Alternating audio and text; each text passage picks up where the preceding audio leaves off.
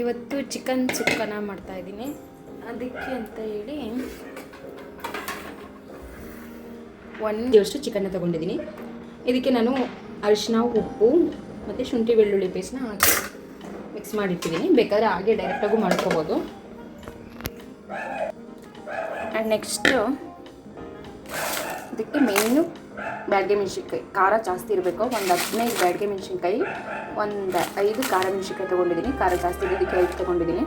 ಆಮೇಲೆ ಒಂದು 3 ಸ್ಪೂನಷ್ಟು ಧನಿಯಾ, ಆಮೇಲೆ 1 ಸ್ಪೂನಷ್ಟು ಮೆಣಸು, ಜೀರಿಗೆ, ನಂತರ ಗರಂ ಮಸಾಲ ಗರಂ ಮಸಾಲ ಐಟಮ್ಸು ಅಂದರೆ ಈ ಪಲಾವ್ ಎಲೆ, ಈ ನಕ್ಷತ್ರ ಹೂವು, ಏಲಕ್ಕಿ, ಲವಂಗ, ನಾವು ಗರಂ ಮಸಾಲೆಗೆಲ್ಲ ಏನೇನು ಹಾಕ್ತೀವಿ ಅದನ್ನು ತೊಗೊಂಡಿದ್ದೀನಿ. ಅದೆಲ್ಲ ಸ್ವಲ್ಪ ಸ್ವಲ್ಪ ಲೈಟಾಗಿ ಹಾಕ್ಕೋಬೇಕು.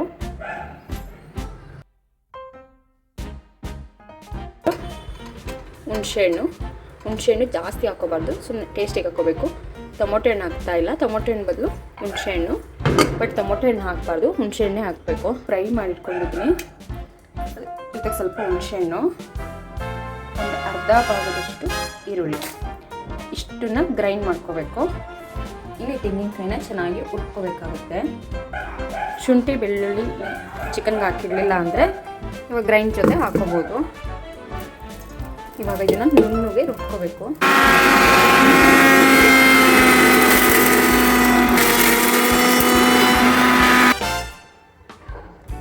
ಈ ರೀತಿಯಾಗಿ ಖಾರನ ನುಣ್ಣಗೆ ರುಬ್ಕೋಬೇಕು. ಇನ್ನು ತೆಂಗಿನಕಾಯಿ ಈ ಥರ ಚೆನ್ನಾಗಿ ಫ್ರೈ ಆಗೋ ಥರ ಹುರ್ಕೋಬೇಕು. ಒಂದು 2 ಮಿನಿಟ್ಸ್ ಹುರ್ಕೊಂಡ್ರೆ ಸಾಕು. ತೆಂಗಿನಕಾಯಿ ಇಷ್ಟಪಡಲ್ಲ ಅನ್ನೋರು ಸ್ವಲ್ಪನೇ ಹಾಕೊಳ್ಳಿ. ನಾನು ಇಲ್ಲಿ ನಂತರ ಬಾಣಲಿಗೆ ಕೊಬ್ಬರಿ ಎಣ್ಣೆ ಹಾಕ್ಕೊಂಡು ಅದಕ್ಕೆ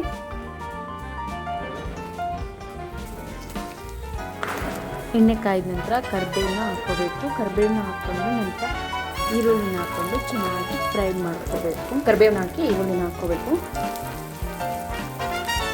ಅದಕ್ಕೆ ಈರುಳ್ಳಿ ಕ್ವಾಂಟಿಟಿನೂ ಜಾಸ್ತಿ ಇರಬೇಕು. ಬಟ್ ಈರುಳ್ಳಿನೇ ಫುಲ್ ಆಗಬೇಕು ಚೆನ್ನಾಗಿ. ಈರುಳ್ಳಿ ಬೇಯೋದಕ್ಕೆ ಅಂತ ಸ್ವಲ್ಪ ಉಪ್ಪನ್ನ ಹಾಕ್ತಿದ್ದೀನಿ. ನಾನು ಆಲ್ರೆಡಿ ಚಿಕನ್ಗೆ ಉಪ್ಪು ಹಾಕಿ ಕಲಿಸಿಟ್ಟಿದ್ದೀನಿ.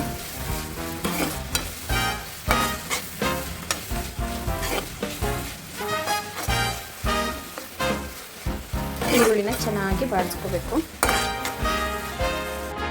ಈರುಳ್ಳಿ ಎಲ್ಲ ಬಾಡಿದ ನಂತರ ಚಿಕನ್ ಹಾಕೊಂಡು ಚೆನ್ನಾಗಿ ಫ್ರೈ ಮಾಡ್ಕೋಬೇಕು. ಇದು ಹಸಿ ಸ್ಮೆಲ್ಲೆಲ್ಲ ಹೋಗೋವರೆಗೂ ಚೆನ್ನಾಗಿ ಫ್ರೈ ಮಾಡ್ಕೊಬಿಟ್ಟು ನಂತರ ಅದಕ್ಕೆ ರುಬ್ಬಿಟ್ಕೊಂಡಿರೋ ಅಂಥ ಮಸಾಲೆನ ಹಾಕ್ಕೋಬೇಕು. ಇದು ನೀರು ದೋಸೆ, ರೊಟ್ಟಿ, ಚಪಾತಿ ಜೊತೆ ತುಂಬಾ ಚೆನ್ನಾಗಿರುತ್ತೆ.